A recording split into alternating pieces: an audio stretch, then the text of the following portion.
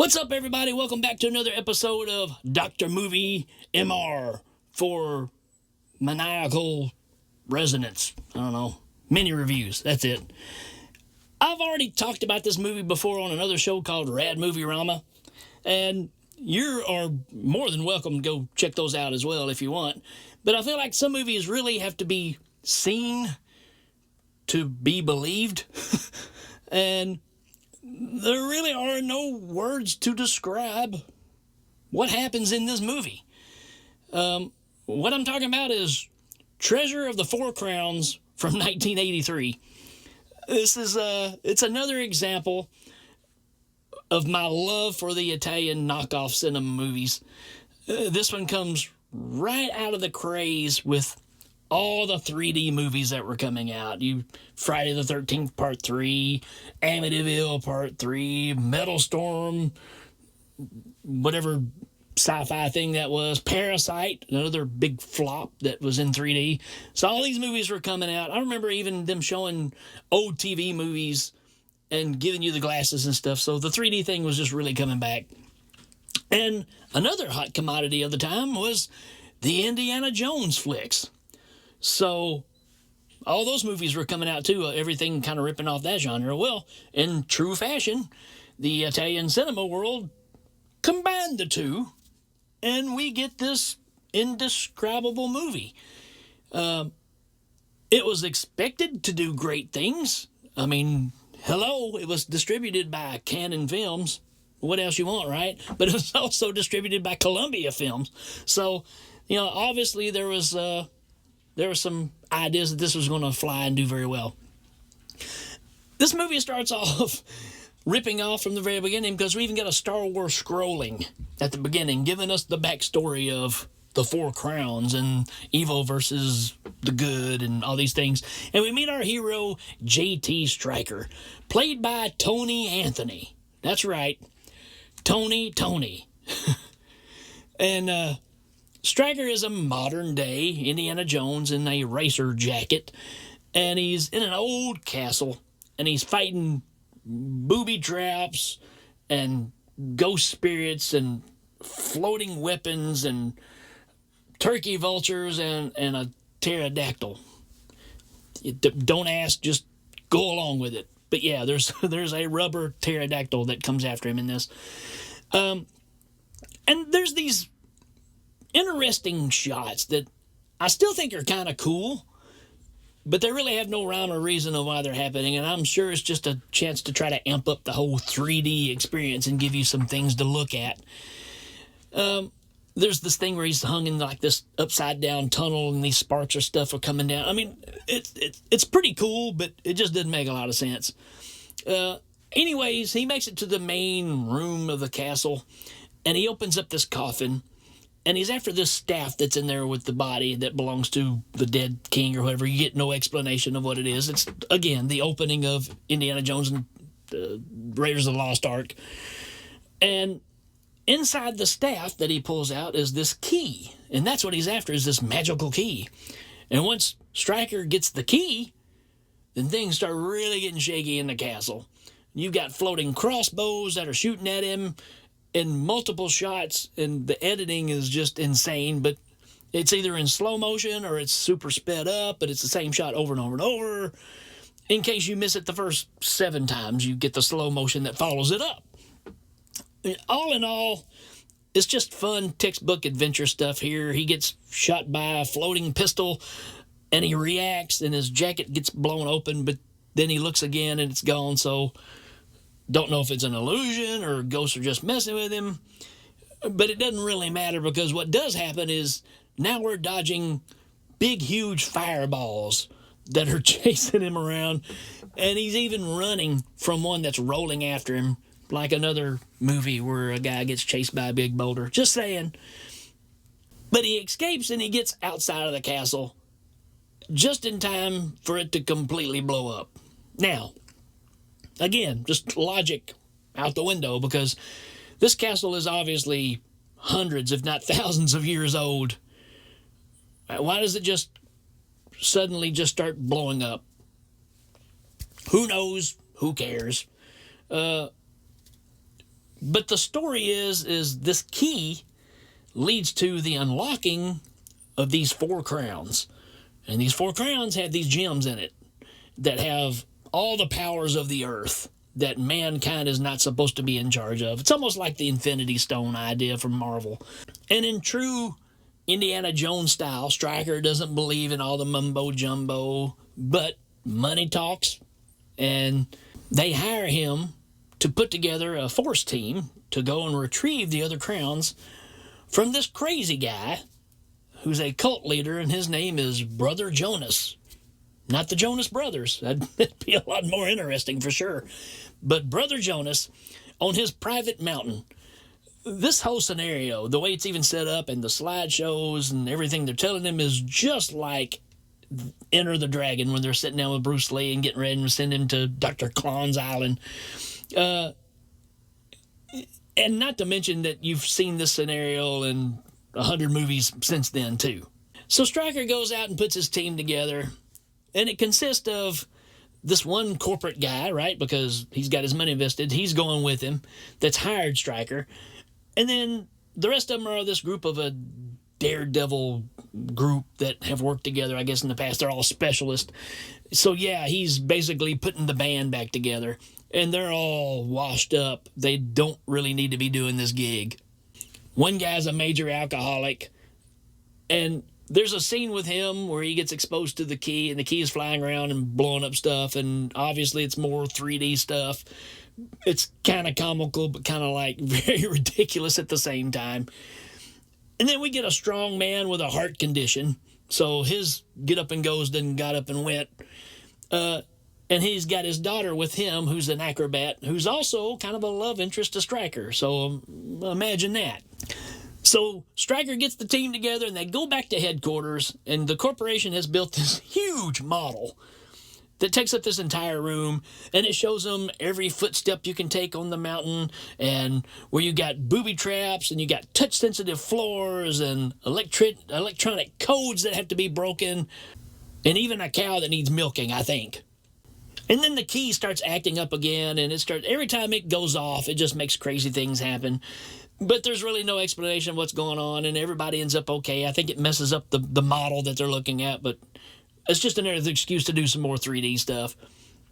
And at this point, we get to spend more time at the cult, and it's pretty much by the book. It's your typical cult. Lots of headgear, cowbells. They do a big fake faith healing scene to keep all the followers in check. And while that's going on, that's when our team is busting in.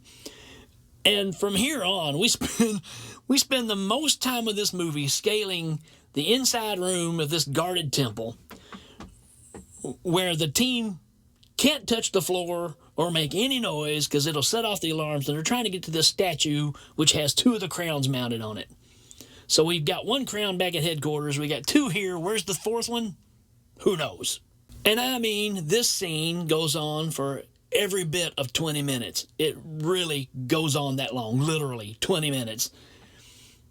And at the end of it, we lose the strong guy who's got the weak heart, and he dies while suspended, and he's just hanging there. And even though we've gone through the majority of this movie already, and we've taken a long trek, it's all worth it for this next 15 minutes of film because, again, it's just totally inexplainable. Stryker makes his way over to the statue that's holding the 2 crowns, but when he touches it, it starts setting off some alarms, and some spikes come up out of the floor, and it kills our alcoholic guy that's hanging on the ceiling. And then Stryker gets hit by some steam, and it like knocks him down. He's screaming, "Oh my!" that kind of thing. So the corporate guy jumps down, and he gets to the statue, and then the statue wraps these 2 snakes, I guess you'd call them, they're metal, it looks like, around the guy and basically squeezes him to death. Apparently puts a spike in his back, and then this rubber snake thing pops out of somewhere and bites him on the face, and it kills him. And again, the editing style in this movie is so bizarre. And I want to say it's got to be for the 3D effect, but I'm really not sure. So Stryker finally gets his mind back, and he stands up, and he's going to try it again. And he gets up there, and he opens up both crowns. And when he does, that's when Brother Jonas and all of his henchmen show up. And now it's on like Donkey Kong. Stryker reaches into those crowns and he grabs those stones, and his head just starts spinning. Now, I'm not talking Exorcist one time around thing. I'm talking literally like record player spinning. And I love this too because you can see the look on Brother Jonas's face when he sees his head spinning, like, what the heck is going on here, right? Then when Stryker's head finally stops spinning, Stryker turns around and half of his face looks like it's been melted off, and Vaseline is pumping out of pores in his face. It's nasty looking. And he's got a gem in both hands, and his hands become these massive flamethrowers, and he is just spraying and engulfing the entire room with flame. It's freaking awesome. And the henchmen are trying to shoot Stryker, but Stryker, I guess, uses the power of the stones, and he's like, the guns are just exploding and busting up in their hands, just totally disintegrating. And then Brother Jonas stops and freezes, and then he starts decomposing, melting, I don't know, but his face busts open, and lasers start cutting through his face from the inside.